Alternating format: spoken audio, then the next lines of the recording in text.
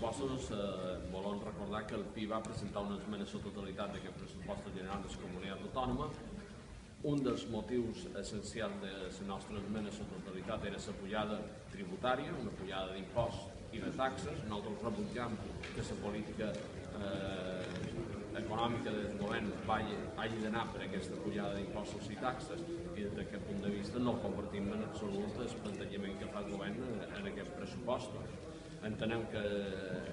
hi havia marge per fer altres actuacions per intentar trobar estalvi en els recursos públics, sobretot varen reclamar ja en els primers plens d'aquesta legislatura un pla d'eficiència. D'aquest pla d'eficiència encara no tenim cap concreció damunt la taula i, per tant, des d'aquest punt de vista és evident que els pressupostos no ens agraden perquè sobretot pugen els impostos. A partir d'aquí, els debats que tenim aquest dia ja són qualsevol parcials, no són de totalitat, són debats a les diferents conselleries i en el text articulat. El PI ha presentat un grapat d'esmenes que el que intenten és millorar i trobar alguns punts positius a determinats àmbits per intentar avançar en aquesta línia de donar més competitivitat a la nostra economia.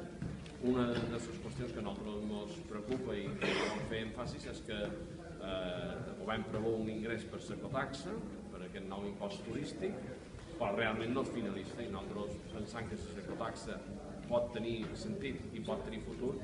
és en la mesura que sigui finalista. Per tant, nosaltres insistirem en algunes de les nostres esmenes en la necessitat que l'impost turístic sigui finalista i vagi en gran part destinat a la millora del producte turístic, a la millora de les destinacions turístiques, a la promoció turística i, per tant, a la principal indústria del país.